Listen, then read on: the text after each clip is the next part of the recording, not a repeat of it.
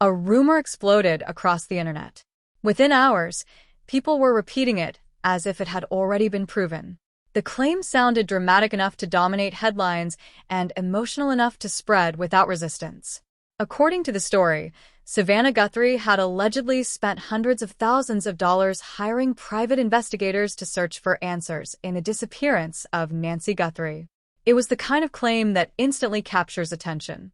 A wealthy, well-known family member. A high-profile disappearance. A massive private search effort happening behind the scenes. The pieces seem to fit together almost too perfectly.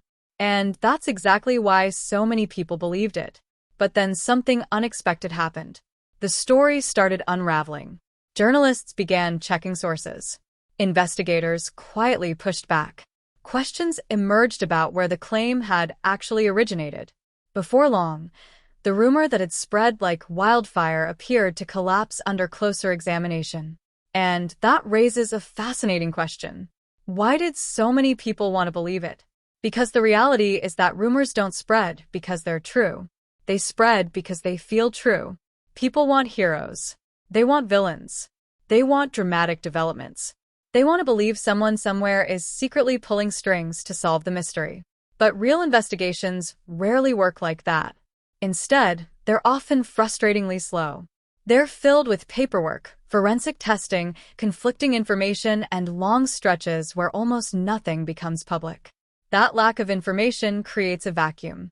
And whenever a vacuum exists, speculation rushes in to fill it. That's exactly where the Nancy Guthrie case sits today. Months have passed. Questions continue piling up. Answers remain frustratingly scarce.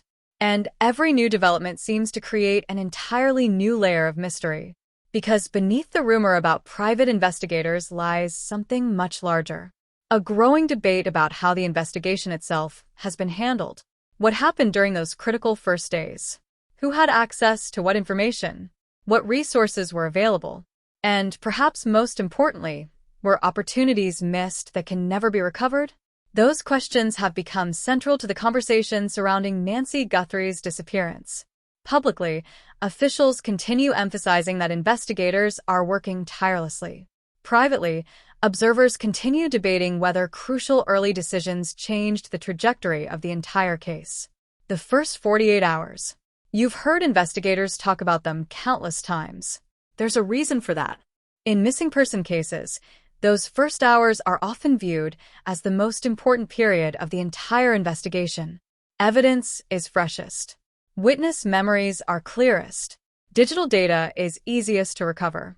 Potential suspects haven't yet adjusted their behavior. Every minute matters. And that's why recent comments from FBI leadership generated so much attention. The discussion wasn't simply about resources. It wasn't simply about jurisdiction. It was about timing. Because timing, in investigations like this, can mean everything. Statements from various officials have painted different pictures regarding how quickly federal resources became involved. As some accounts suggest assistance was available almost immediately. Others emphasize distinctions between individual personnel already assigned to local task forces and the full deployment of specialized federal resources. To casual observers, those differences might seem technical. To investigators, they're enormous. There's a significant difference between having one federal representative connected to an investigation and having entire teams of specialists available. Crime scene technicians, behavioral analysts, digital forensic experts, evidence response teams, intelligence specialists. Each brings different capabilities. Each sees different things. Each may notice details others miss. And that's why discussions surrounding the timing of federal involvement continue attracting attention. Not because they automatically explain what happened, but because they raise questions about what might have been possible under different circumstances. Again, that doesn't mean mistakes were made. It doesn't mean anyone acted improperly. It simply means people continue asking questions. And unanswered questions have a tendency to linger, especially when a case remains unsolved. As weeks turned into months, another layer of the investigation began attracting scrutiny. DNA evidence. Forensic testing has become one of the most important aspects of modern criminal investigations. Television often makes it look simple. Collect evidence. Send it to a lab. Receive answers. Reality is far more complicated. Different laboratories possess different specialties. Different testing methods yield different results. Certain forms of DNA evidence require highly specialized analysis. Some tests take weeks. Others take months. Complex cases often involve multiple facilities reviewing the same materials. Not because investigators are uncertain, because they want certainty. And certainty takes time. Every result must withstand future courtroom scrutiny. Every conclusion must survive aggressive cross-examination. Every scientific finding must be defensible. That process can feel painfully slow to families desperate for answers. Yet prosecutors know rushing creates risks. Because filing charges before evidence is ready can destroy a case. One mistake, one weak link, one improperly supported conclusion, and years of investigative work can suddenly collapse. Which brings us to one of the most significant developments discussed publicly in the Nancy Guthrie investigation: the camera evidence. Many observers point to that moment as a turning point, not because it solved the case, but because it dramatically altered public perception. Before those images emerged, people debated possibilities. Afterward, many believed the situation looked far more serious than originally understood. The evidence created a visual reality that was difficult to ignore. Suddenly, theories that once seemed unlikely felt more plausible. Questions became sharper. Concerns became more urgent. Public attention intensified. Yet even then, no arrest followed. And that's where many people misunderstand criminal investigations. Evidence can be compelling without being sufficient. Evidence can raise suspicion without proving guilt. Evidence can suggest a narrative without establishing it beyond a reasonable doubt. Investigators know this. Prosecutors know this. Defense attorneys certainly know this. That's why authorities continue moving cautiously. Because a premature arrest helps nobody. Not investigators. Not prosecutors. Not families. Not victims. Every decision made now will eventually face scrutiny inside a courtroom. And courtrooms operate very differently from social media. Online, people decide quickly. In court, evidence must withstand challenges from experienced attorneys determined to dismantle every claim. That's why investigators continue taking their time. Not because they don't care. Because they know mistakes are expensive. Meanwhile, another disappearance continues generating its own set of questions. The case of Lynette Hooker. At first glance, the circumstances appear entirely different. Different location. Different timeline. Different investigative agencies. Yet familiar themes quickly emerge. Conflicting accounts. Unanswered questions. Evidence that appears to point in multiple directions. According to publicly discussed information, investigators have focused significant attention on location-related data associated with electronic devices. That focus emerged after reports suggested discrepancies between statements and available tracking information. Whenever timelines and digital records fail to align perfectly, investigators pay attention.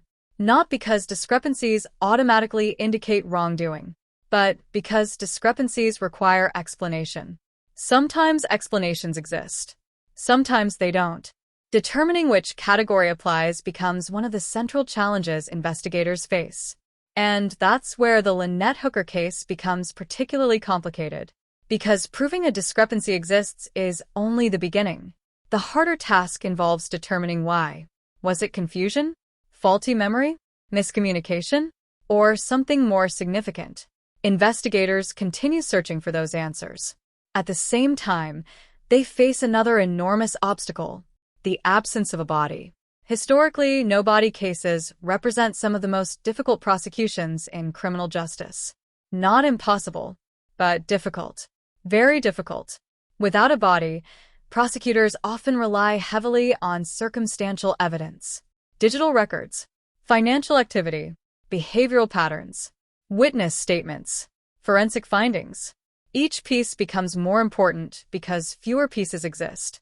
The burden of proof remains exactly the same. Yet the path toward meeting that burden becomes significantly harder.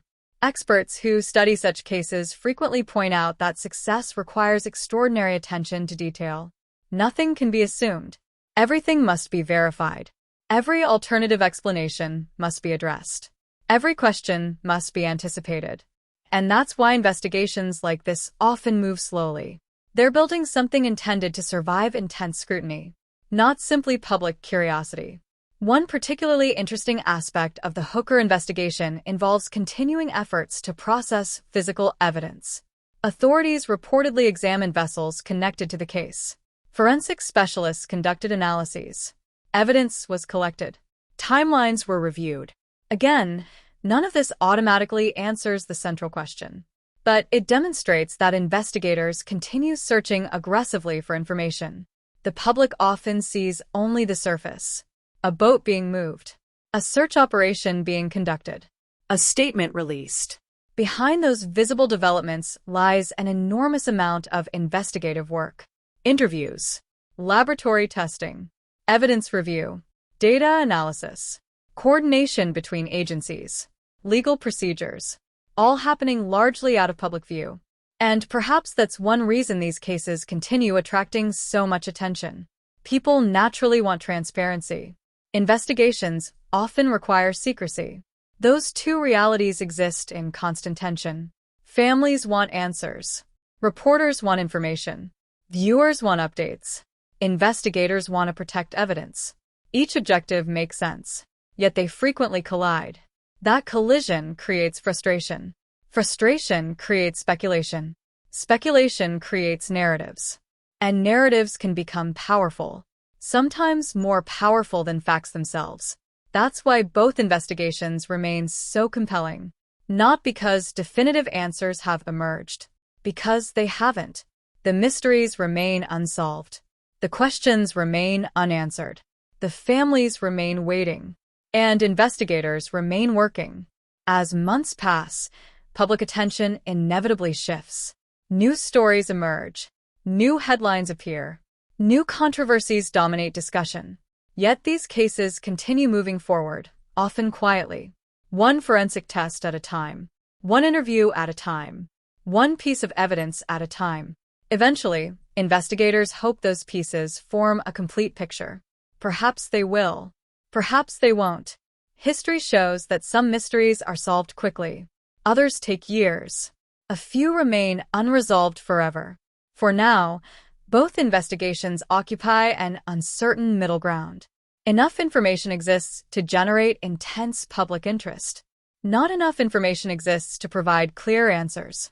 And that uncertainty continues fueling debate. Was critical evidence recovered?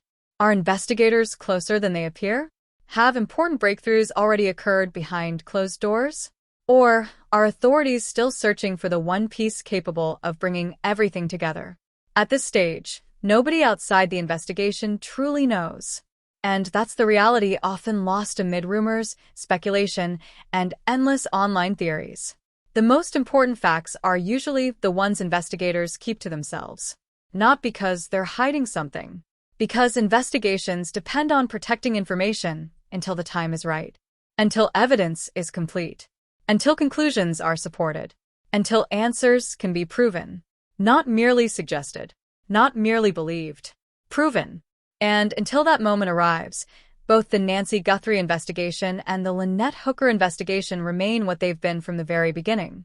Complex mysteries, ongoing searches for truth, and reminders that in the world of real investigations, certainty is often the hardest thing to find.